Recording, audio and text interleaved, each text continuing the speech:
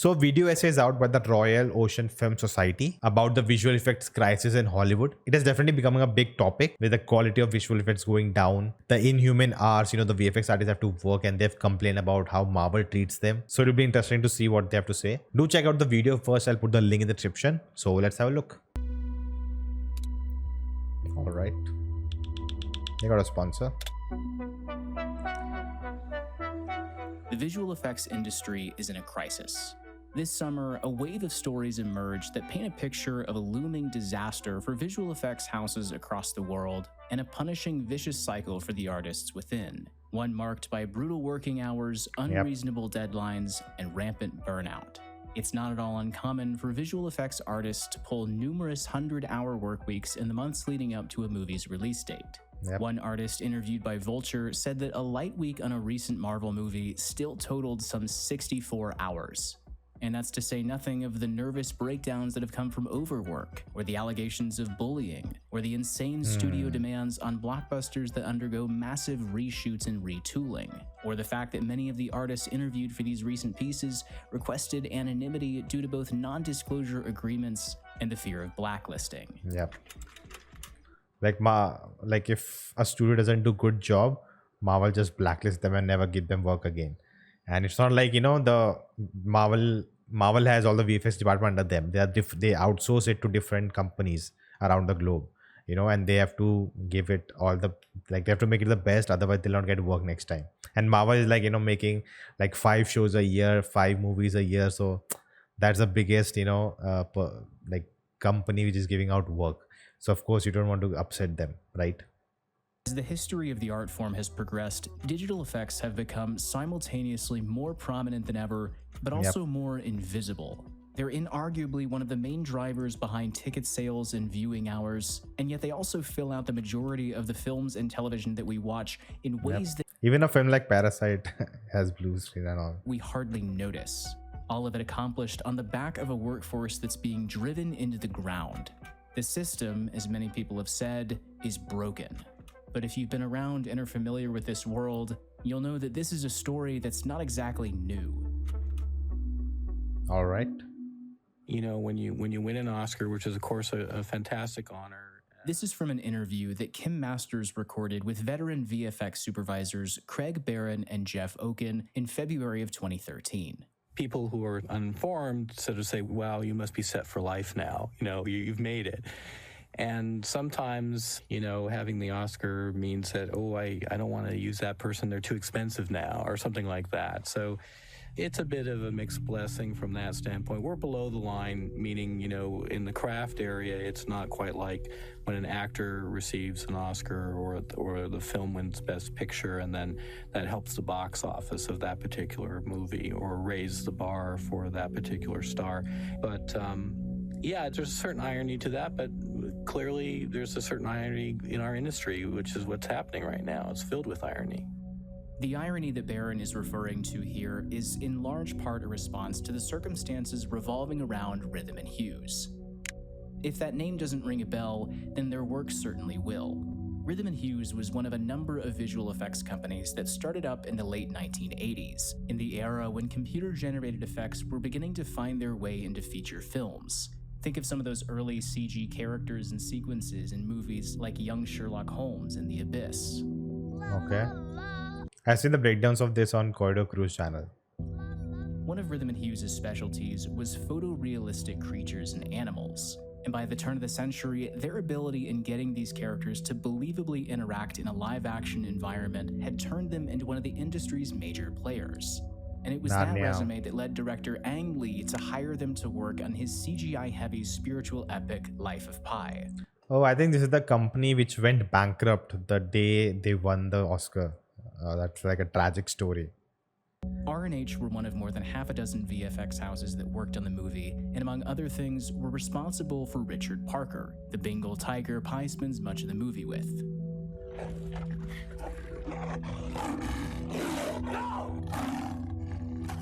Now, there are differing reports about what exactly went on behind the scenes, but one Okay. recurring story that's popped up in multiple places is that roughly midway through production, Ang Lee and the studio called a major audible that required a substantial amount of the work done on Richard Parker to be entirely revised. That's not exactly a simple task that you can solve with a little bit of overtime. Changes like these are seismic and can result in months of added work to a project's timeline. It's the exact kind of working situation that ends up requiring those 100-hour work weeks in order to meet a movie's release date.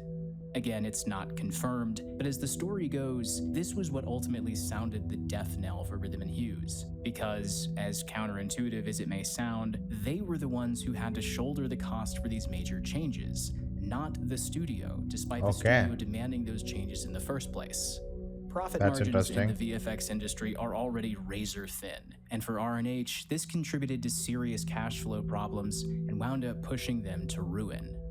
Life of Pi was released in November of 2012 and was a slam dunk success, grossing over $600 million. But less than 3 months later, Rhythm and Hughes filed for Chapter 11 bankruptcy and laid off more than 250 of its employees. The movie may have been in profit mode, but its unsung star was on its deathbed. That's the irony in this story, but it's not the only one. The Oscars. All right. Live Oscar Sunday, February 24th on ABC.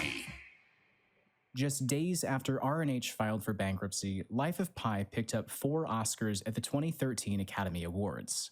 Ang Lee. But Okay. the story outside the Dolby Theater where the show was held was much different. Nearly 500 visual effects artists, including a number who worked on Life of Pi, protested to raise awareness for the ways that their industry was being mistreated and undermined. And back inside, when Pi's VFX team won, this is how they were treated when they tried to shed a little light on the situation. Finally, I want to thank all the artists who worked on this film for over a year, including Rhythm and Hughes. Sadly, Rhythm and Hughes is suffering severe financial difficulties right now. I urge you all to remember. Oh, the mic was cut off. If you're interested in more of Rhythm and Hughes' story, I'd highly recommend giving the documentary Life After Pi a watch. What's Okay. important is that their rise and fall wasn't just a catalyst for conversation, but that they exist as a definitive case study that highlights many of the problems inherent within the industry. Problems that have only persisted and seem to be as bad today as they were 10 years ago. If the story about Pi's CGI being significantly reworked is accurate, then it slots in with one of the key problems affecting the industry, which is that there is a tension between, on one hand, the studios and the filmmakers, and the other, the visual effects houses. And what it often boils down to isn't just a lack of respect for the artists, but a fundamental misunderstanding of what the visual effects process actually entails and the amount of time that it takes to do correctly. There's a spectrum of experiences across the giant CGI-heavy blockbusters that I'm focusing on, and it would be wrong to suggest that all productions are this unhealthy, but more and more, the recurring experience that keeps popping up is one that's marked by a singular lack of precision, by a lack of concrete, final, locked decisions. Yeah. And we understand that if you have a vision and you're moving toward that vision, but as long as you're moving in the same direction toward that vision, that's fine. You know, we're going to get there. But what we see often is that, you know, they'll be heading towards a vision and you might be heading toward that vision for 6 months and then all of a sudden they turn around and they're heading off in an entirely different direction. Think of the seismic reshoots that took place for Justice League and Rogue One, or the near page one redesign for Sonic the Hedgehog. Yes, these are extreme examples, and reshoots are nothing new nor necessarily a bad thing, but this story of backtracking and reshooting scenes and reconceptualizing visual effects is at the heart of so many of these grievances. Because at the end of the day, it's the below-the-line craftspeople who have to execute a plan that, God willing, won't go through yet another iteration. For Man, the production quality of this video is outstanding. VFX artists, this is what leads to the crunch, when 14-hour days and sleeping at the office becomes the norm for months on end, often accompanied by a cycle of never-ending redelivery to clients who are never satisfied. There's a term for this kind of thing. An artist required to deliver numerous final versions of the same shot because the client keeps changing the parameters of what they want down to the most minute detail has been, as they say, pixel At the bullseye of all of this, I've heard that term. two of the biggest offenders, as you might be able to guess, are Marvel and Netflix. Netflix, okay. This crisis stretches far beyond them, but they're the two that have been the most criticized and painted as villains, Marvel especially. As one former artist said, they're too big, they're too powerful, and working with them is the equivalent of stepping into a kind of toxic relationship. Case in point, in one anecdote that's garnered a lot of press, the company reportedly forgot to tell all of their VFX vendors that they were pulling Infinity War and Endgame's release dates back by a month, leaving them to instead find out from a press release. It's from situations like these where you can start to see how burnout can run rampant. It's not that artists are completely against ever working any overtime or against ever redesigning a shot. There's an amount of both that's just inherent within not just visual effects, but in all areas of post-production. But a degree of overwork this intense is just not sustainable, and is the exact thing that drives people out of the industry. And one thing that doesn't help in the slightest is when things like this happen. Okay. Does that look real? In that particular shot, no, actually. It doesn't really, right? When you look close. Does it need to be more blue? Well, you know, but does he look real? No, none of Does us. she look- Something looks very off about this. But no. He changes hues, don't you think? Yeah. Put in the light. Sometimes it's blue. Sometimes. Apart from its relative This was really sad. tackiness, Taika Waititi's comments here suggest something deeper. This is a point that Drew McGarry made in his article for Defector, suggesting that what it illustrates is a level of disconnect between a director and the below-the-line craftspeople. And that's an important idea, I think, in understanding this ongoing crisis. On one level, this kind of disconnect is just inexcusable. But on another, while certainly not ideal, it's somewhat understandable given the sheer size of a production like one of Marvel's, and the army of employees that it takes to create. I think that that's worth keeping in mind when looking at all of this. The kinds of massive blockbusters that we're focusing on and the way that they're produced has naturally evolved. We've gone rather quickly from movies that boast, say, 100 individual VFX shots to where we are today with movies that feature thousands. It takes more people than ever before to construct VFX for movies like these, and in some cases, more individual VFX houses. For reference, just over 20 years ago, The Phantom Menace employed just one VFX company, ILM, to create all of its digital effects, whereas The Rise of Skywalker just a couple of years ago employed a dozen. The 2002 Spider-Man employed 3 VFX houses, No Way Home 14. And this is a part of an overall change in the business model. Instead of a small number of houses tackling the effects for an entire film, you'll now have numerous houses, each taking on individual sequences or individual elements that each respective house specializes in. You can see this kind of escalation across the history of the MCU especially. It's now commonplace for some 25 or more houses to work on any one individual film. This is how much the industry has accelerated over a very short amount of time. And with this many separate companies and this number of employees, it's not difficult to see how a director can become disconnected from a mammoth-sized production like this. Of course, any sense of disconnect, regardless of the number of houses, is likely only accentuated when a director who has virtually zero visual effects experience is hired to helm one of these movies. Nowhere has this been better demonstrated than in Cats and its director, Tom Hooper. This fell.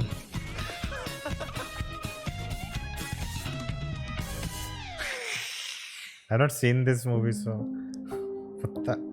If any one movie fits the bill as a touchstone of all of the problems infecting the VFX industry, it's this one. The concept was flawed, to say the very least. The working hours were insane, the deadlines far too tight, and at the center of it was a demeaning, tyrannical director who quite literally had no grasp on how visual effects are created. In a beautifully titled report by the Daily Beast, an anonymous artist who worked on the film described the environment behind the scenes as a complete nightmare. You don't just add a layer of fur to an actor in a motion capture suit in one step. This is a game of stages. In simplest terms, a character isn't textured until their movement is finalized. Hooper allegedly didn't understand this, and instead demanded fully rendered shots anytime he needed to look at what was being worked on, which, if true, is nothing less than bizarre. We all know what happened next. We've all gawked at images from the movie and read about how it was literally released unfinished. But for the artists within, the fallout continued after the movie's release. As cast members of the motion picture Cats, nobody more than us understands the importance of good visual effects. The visual effects house in question is MPC, Motion Picture Company, who closed their Vancouver branch in late 2019 in order to pursue better tax subsidies in other territories. They're one of a number of VFX houses that have made similar moves in recent years or who have just closed outright. And that's why I say, man, you need so much time behind all of this. You have to give, oh man, sad state of affairs. Economics of the VFX industry are complicated. Those tax subsidies don't actually go to the visual effects companies, but to the studios. And because studios will understandably pursue the cheaper of labor options, that forces VFX companies to constantly move to territories that offer the best rebates, or to underbid one another in order to secure contracts. Yep. And if the companies are moving all the time, what does that spell out for their employees? Solving these issues isn't easy and won't be done quickly. Obviously, improved production methods and sharper pre-production on the studio's part is ideal, but I want to end by bringing up two things that I've seen people talk about that are worth considering as ways forward. The first is residuals, or any kind of profit participation. We hear about this all the time. Actors, directors, producers, writers earning residuals on the movies that they make for years. On the highest end, you've got someone like Tom Cruise, for instance, who's reportedly set to take home an eye-watering $100 million from Top Gun Maverick alone. But this goes all the way down the line. It's not a perfect business, of course. Hollywood accounting is Hollywood accounting after all, and people are screwed over all the time. But it's worth considering that VFX companies, for whatever reason, are not entitled to this same kind of profit participation deal, which increasingly makes no sense when considering just how big a box office driver the visual effects are. Consider just some of the big CGI characters. Few people, I imagine, saw Godzilla vs. Kong because of Rebecca Hall or Alexander Skarsgård. Few saw Sonic the Hedgehog because of James Marsden, or Transformers because of Shia LaBeouf, or Jurassic World because of Chris Pratt. That's not to slag off those actors, but it is to question why the VFX companies who create the characters that do drive box office revenue are not entitled to anything on the back end in the same way that other branches of the film industry are. Here's VFX supervisor Jeff Oken talking to Kim Masters in that 2013 interview again. I've never gotten a residual for anything I ever did. Nobody up there did that did the work. So what we got out of that movie is what we made from doing the work and the bragging rights, whereas, you always hear Tom Cruise and all the big actors, I'm working at scale and only taking, X% of the back end. At least they have the back end. If the movie succeeds, they're rewarded. Well, so nobody's getting a back end. Like Life of Pi did not give a back end to Rhythm and Hughes. I've never heard of anybody on a visual effects movie getting back end except George Lucas and Francis Coppola, at least in the early days, spread out back end to all their keys. They gave bonuses, right? It wasn't like necessarily a written thing, or was it? Craig probably answered that, but also on Matrix, Keanu Reeves gave his visual effects crew a bonus, a very hefty bonus that they split. That's the only time in all the years I've ever heard of visual effects people getting anything. All right. Far and away, however, the most overwhelming step being advocated for is unionization. Yep, that's the answer, to right? many, a step that's long overdue. If nothing else, go back and look at the working conditions that led to the establishment of other labor unions in the film industry. The Actors Guild, the Writers Guild, IATSE, and so on. You'll find a lot of grievances that sound awfully similar to those that are being shared by visual effects artists today. Little has seemingly changed since Rhythm and Hughes' story, and unless something does, more and more stories like the ones that have emerged this summer will continue to spill out. The work itself will no doubt suffer, talented people will be driven out of the industry, and worst of all, artists will continue to be mistreated. Right now, I would say that all the artists are angry. And they're angry because we're doing fantastic work. We're driving the box office. We're not getting paid commensurate with what we're bringing to the table. We're not getting recognized for what we bring to the table. We're being minimized. You know, we feel we've been very loyal to our employers. We've been loyal to Warner Brothers and Fox and Universal, you know, and we deserve like a little better than, yeah, whatever. Hey everybody, thanks so much for watching. This video is brought to you That by was a the good great video essay. Definitely, if you haven't seen the video, do check it out. Hit that like button. They need that. They made a really good video. And they spent a lot of time and effort on this. And I think, as I said, right, the answer is unionization, because that's, they have to make a union, because otherwise, when there's no rules and regulations how the work has to be done, you know, people will misuse you because they have the power. You know, as I said, Marvel just blacklist studios which don't deliver the work. And I think, like, for them, like, all the VFX artists in the whole world to, like, they go on a strike, they cannot, because there's no common link between them. So only way to do is that, you know, the unionization. And we saw, right, how in the Oscars the actors just come and they just, you know, did a part and they got a award, they leave, they don't give a damn about anyone else. People who try to talk about it on stage, you know, no one cares about them. And we have seen, you know, actors before winning and talking about some issue in the world, but what about the industry they are in, and, you know, things that is going on in their films? And Taika Waititi, like, you know, he's known for a really good filmmaker, but what he did in that video, I don't know, will he change? Will Marvel change? I think it all depends. First comes to the audience. We need to realize what's happening. We need to, you know, raise our voice and support the artist. You know, we have to make a point of making a point to say it loud whenever we can. Then it's on, you know, onus on the actors who are, you know, big voices, who use their power, you know, star power for various things, you know, charities, this and that. Like Keanu Reeves, man, like why cannot other actors make a point that if we are making a VFX heavy movie, that there should be some rules and regulations at place. They should also get something from it, you know. And then it, of course, the studios will have to listen when actors and the audience, everyone is talking about it. So I think that's the way to go about it. And you know, we as like, we enjoy so much of it in, you know, today's world. Every other day we have, you know, we have a movie high on VFX and we enjoy it, we have fun, you know. And if it's not good, we blame, you know, the VFX was bad, was horrible. All of us have to come together if you really want to see the change, and that goes for everything in the world. But what do you think? Let me know in the comments below, and then check out this video next. If you like this, like, subscribe, and I'll see you next time.